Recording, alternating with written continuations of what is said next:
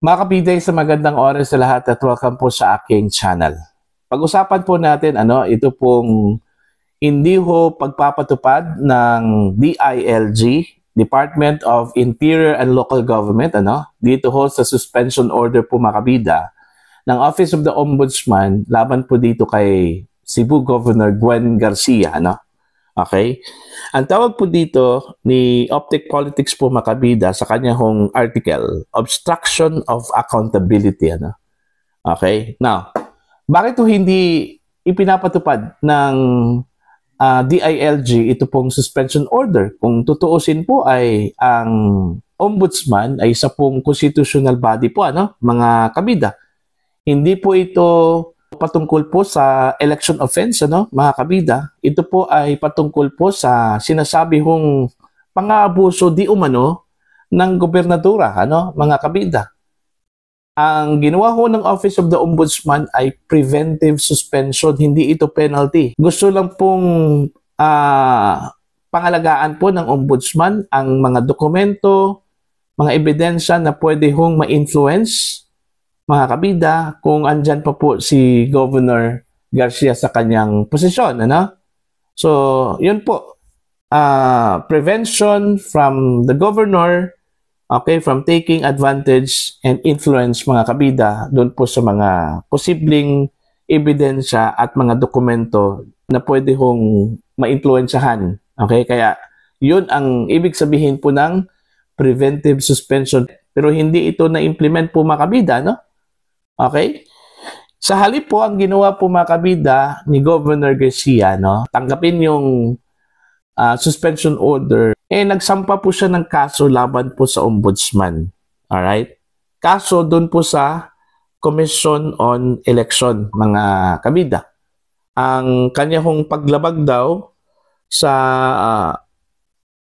Omnibus Election Code, particular na po, ito pong Article 22, Section 26, alright, Paragraph X of Batas Pambansa bilang 881 or the Omnibus Election Code, which prohibits suspending a local elective official without COMELEC's prior approval. Ayun. Yun yung kanyang i-file na kaso laban po dito sa Ombudsman. Alright? Ang sabi ho dito ni Gwen, notably, the order was issued and served on 29 April 2025, well within the 90 days prohibited period before the 12 May 2025 elections.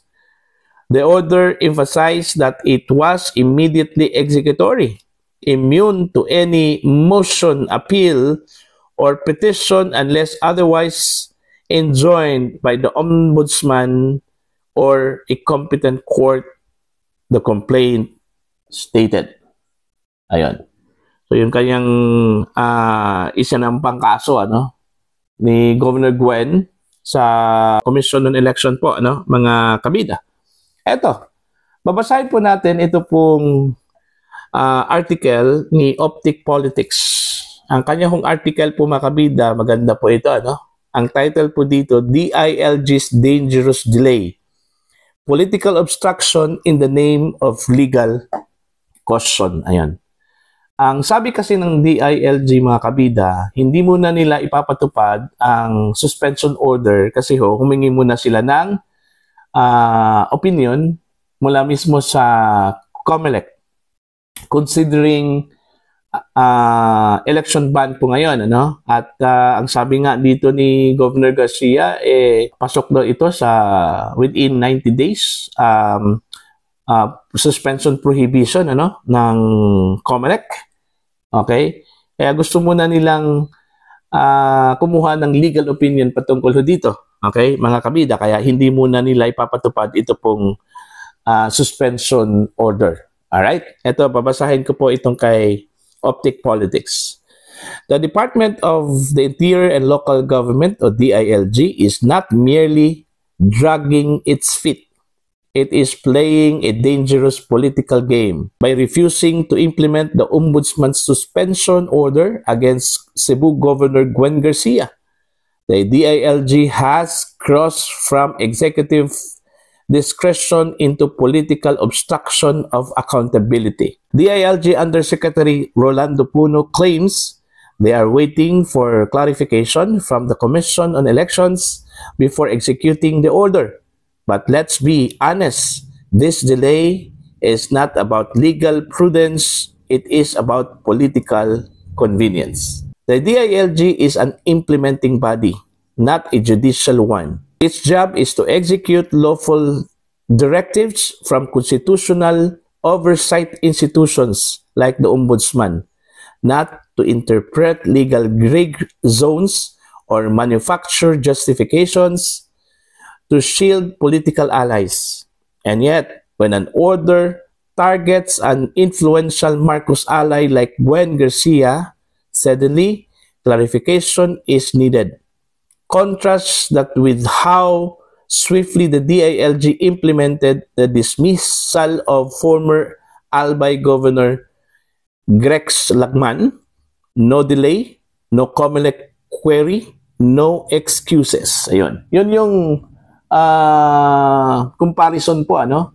Kasi kung maalala po ninyo mga kabida, bago lang po naglabas ang ombudsman ng dismissal order, ano, laban po kay Governor Lagman sa Albay, lalawigan po ng Albay.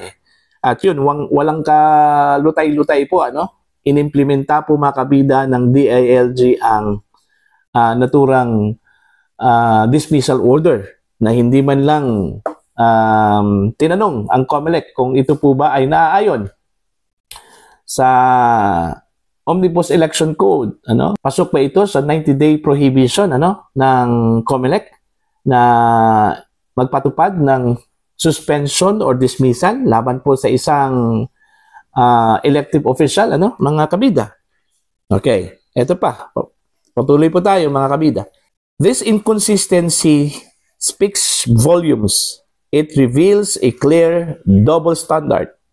The law is fast and merciless when applied to the opposition or political lightweights, but slow, hesitant, and bureaucratic when applied to the administration's inner circle. The DILG's refusal to act immediately does not just undermine the ombudsman, it weakens the entire system of checks and balance. By suspending enforcement, the DILG sends a chilling message: accountability is negotiable if you are powerful enough.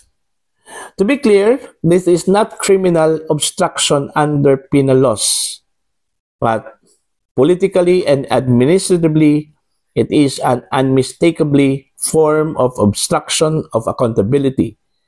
The deliberately delay of lawful action that protects a political figure from scrutiny. It may not be illegal, but it is deeply unethical and corrosive to the rule of law. In doing so, the DILG is helping convert our laws into tools of selective enforcement. It is bending policy not toward fairness, but toward factional loyalty. And in doing so, it stands not as a neutral arm of government, but as a willing co-conspirator in political cover-up. Filipinos deserve better. We deserve a DILG that enforces justice swiftly, without fear or favor, not one that hides beyond procedure when the powerful are involved. So yun yung kanyang article. Napakaganda po mga kabida. Ang highlight lang po dito is yung selective enforcement of suspension, ano? Pagkalaban po ng administrasyon po mga kabida, napakabilis. Mabilis pa sa alas 4 yung enforcement ng suspension or dismissal, ano? Pero kapag kaalyado po ng administrasyon po mga kabida, mabagal po, ano? At naging bureaucratic. In my own personal opinion, pabor po ako dun sa kanyang sinabi, ano? na ang DILG po mga kabida ay hindi po isang ahensya po ng gobyerno na mag-interpret po ng batas. Okay? Ang tanging mandato po ng DILG po ay enforcement. To enforce, to implement sa mga orders mula sa mga constitutional bodies like ombudsman, mga kabida. So anong ibig sabihin po dito sa bigla kong naging bureaucratic yung proseso na inimpose po ng DILG ho dito, okay? With regard mga kabida, dito po sa suspension order po ng ombudsman laban po kay Governor Gwen. Kasi ho, ang malinaw po dito mga kabida, kalyado po si Governor Gwen Garcia ng Marcos administration. Kaya mabagal ang pagpapatupad ng suspension order po ng ombudsman. Malinaw po ang sinabi po sa article po ni Optic Politics mga kabida, Dito ho sa ginawa po ng DILG, ang napakabagal na implementasyon ng suspension order, it will turn into an obstruction of accountability, mga kabida. Para po sa inyo, ano po ang inyong basa, pananaw at opinion patungkol ho dito, Please comment down sa mga hindi pa po subscriber sa aking channel. Please subscribe. Just click the subscribe button. Click the notification bell. Click all para updated po kayo sa aking mga uploads. Maraming salamat po sa inyong lahat, mga kabida.